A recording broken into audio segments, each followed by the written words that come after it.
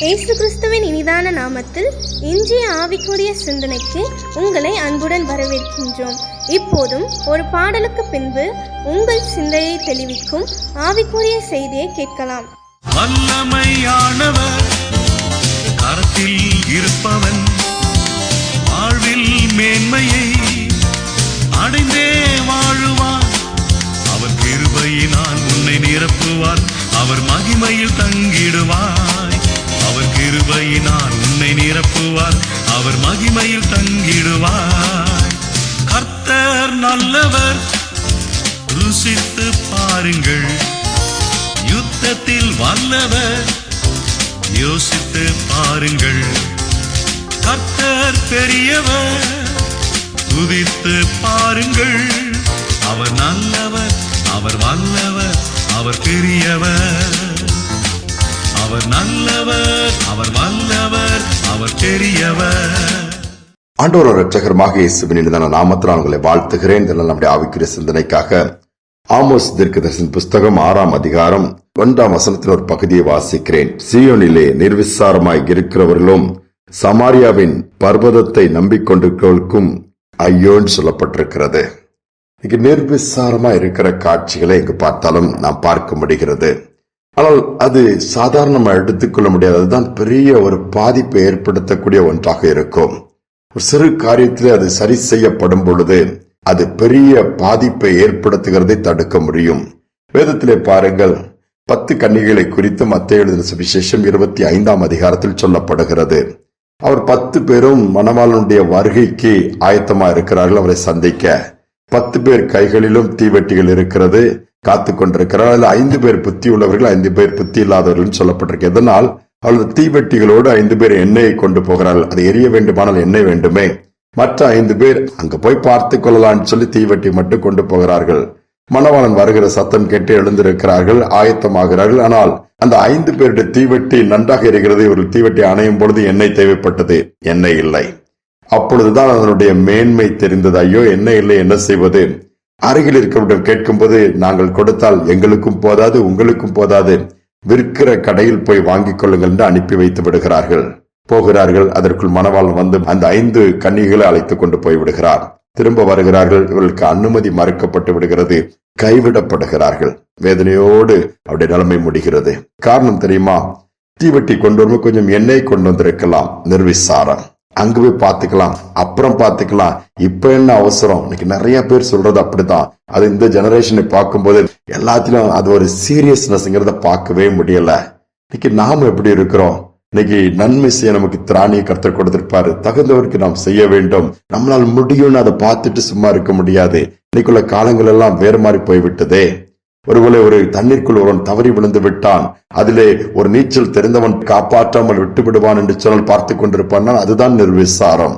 என்ன சொல்ல போனால், இந்த விபத்துகள் நடக்கும் போதெல்லாம் பார்க்கணும். நம்மளால் முடிந்த உதவி உட்கார்ந்து போட்டோ எடுத்துட்டு இருப்பாங்க, வீடியோ எடுத்துட்டு இருப்பாங்க, செல்ஃபி எடுத்துட்டு இருப்பாங்க.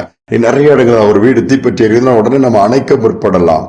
அல்ல சிறிதாக எரியும் போது நம்ம அணைத்து விட்டோம் என்று சொன்னால் அது உடனே அணைந்து விடும் பொழுது அது பெரிதாக ஆகிறது. இப்படிப்பட்ட நிர்விசாரமான காரியங்கள் ஏராளமா நாம் பார்க்க முடிகிறது. இன்னைக்கு நம்முடைய வாழ்க்கையை சற்று கொஞ்சம் யோசித்து பாருங்க. இன்னைக்கு உயிருக்காக போராடி கொண்டிருக்க எவ்வளவு பேர் பார்க்க முடிகிறது. என்ன பார்த்தால் ஒருவேளை ஒரு மருத்துவமனையில ஒரு மனிதன் உயிருக்காக போராடும் பொழுது பக்கத்தில் இருக்கிற டாக்டர் ஒரு மொபைல் போனை பேசி வேற விதத்துல நேரத்தை சொல்ற எவ்வளவு வேதனையாக இருக்கும். அப்படி அல்ல. கடைசி நாட்கள் வந்துட்டு எங்கு பார்த்தாலும் யுத்தங்கள், போராட்டங்கள், அழிவுகள், விபத்துகள், ஆபத்துகள் சொல்லிக்கொண்டே போகலாம். நாமும் நிர்விசாரமாய் அலட்சியமாயிராமல் கவனமாய் இருக்கும்படி ஆண்டவர் எதிர்பார்க்கிறார்.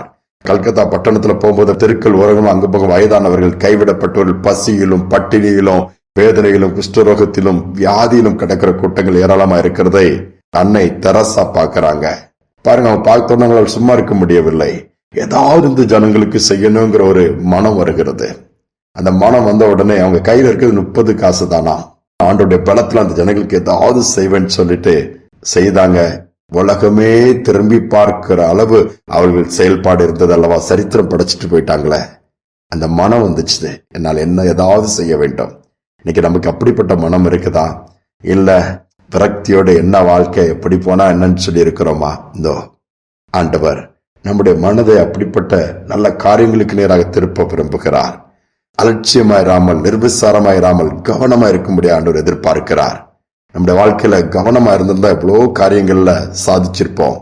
நல்ல பொறுமையா இருந்தோமானா, அல்லது நிர்விசாரமா இல்லாம அலட்சியப்படுத்தாம நம்முடைய காரியங்களை குறித்து இன்னும் பொறுப்பா இருந்தோமானா இன்னும் எவ்வளவு உயரம் போயிருக்க முடியும். இனியாவது அல்ல இந்த வருடத்திலாவது சிறு காரியமானாலும் சரி, பெரிய காரியமானாலும் கவனமா நிர்விசாரம் இல்லாமல் அலட்சியப்படுத்தாமல் ஆண்டவருடைய காரியங்களா இருக்கலாம், வேலையின் காரியங்களா இருக்கலாம், குடும்பத்தின் காரியங்களா இருக்கலாம், சரீரத்தின் காரியங்களா இருக்கலாம், எதுவாக இருந்தாலும் கவனமாக நிர்விசாரம் இல்லாமல் இருப்போம் என்று சொன்னால் நிச்சயமாகவே நன்மை உண்டாகும். நன்மை செய்கிறவர்களாய் மாறுவோம், என்னுமாய் உயர்வை எட்டுவோம். ஜெபிப்போம். அன்பின் தகப்பனே, இந்த புதிய நாளுக்காக நன்றி செலுத்துகிறோம். அநேக நேரத்தில் நாங்களும் நிர்விசாரமா எங்கள் நாட்களை வீணாக்குகிறோம், காலங்களை வீணாக்குறோம், கிடைக்கிற வாய்ப்புகளை நழுவ விடுகிறோம், உதவி செய்ய மறுக்கிறோம். எங்கள் மனம் இறக்கம் படுவதற்கு வராமல் போய் விடுகிறது. அப்படிப்பட்ட நிலைமை மாறி எங்களுடைய மனம் உண்மை போல ஆண்டவரை நன்மை செய்யத்தக்கதாய், எல்லாவற்றிலும் கவனமா இருக்கத்தக்கதாய், ஆயத்தமா இருக்கத்தக்கதாய், பொறுமையா இருக்கத்தக்கதாய், பொறுப்பா இருக்கத்தக்க பாக்கியத்தை தாங்க. கவனமின்மையினால், நிர்விசாரத்தினால், அலட்சியத்தினால் பாதிப்புகளை சந்திக்கிற குடும்பங்கள், பிள்ளைகள் ஏராளம் அப்பா. படிப்பின் காரியங்கள்ல படிக்கிற நாட்கள்ல இன்னைக்கு அநேக பிள்ளைகள் கவனம் செலுத்துவதில்லை. உலகத்தின் காரியங்களும் மற்ற காரியங்களும் செலவழித்து பின்பு வேலை இழந்து, வேலை கிடைக்காமல் இன்னும் நிறைய இழப்புகளை சந்திக்கிறாங்க. நிலைமை மாறட்டும். இனிமேல் பொறுப்பாய் கவனமாய் இருக்கக்கூடிய பாக்கியத்தை கொடுங்க. நிர்விசாரங்களை எடுத்து போடுங்க, மன்னிங்க, துதிகனமை ஏற்றுக்கொள்ளும் இயேசுவின் நாமத்தில் வேண்டிக் கொள்கிற நல்ல பிதாவே, ஆமேன், ஆமேன். நிர்விசாரங்களை, அலட்சியங்களை அகற்றுவோம். கவனமாயிருந்து கர்த்தர் காண்பிக்கிறவைகளை செய்வோம். நிச்சயமாகவே கனமடைவோம். உயர்ந்த இடத்திலே அமர முடிய கர்த்தர் பாக்கியத்தை கொடுப்பார். சிந்தனையோடு நாளை தொடருவோம். மீண்டுமாய் நாளை தினம் சந்திப்போம்.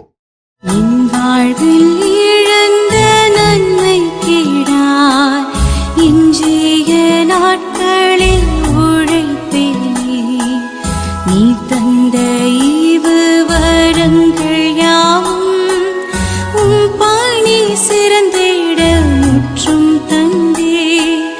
நீ தந்த ஈவு வரங்கள் யாவும் உம் பணி சிறந்திட முற்றும் தந்தே. அனைத்தும்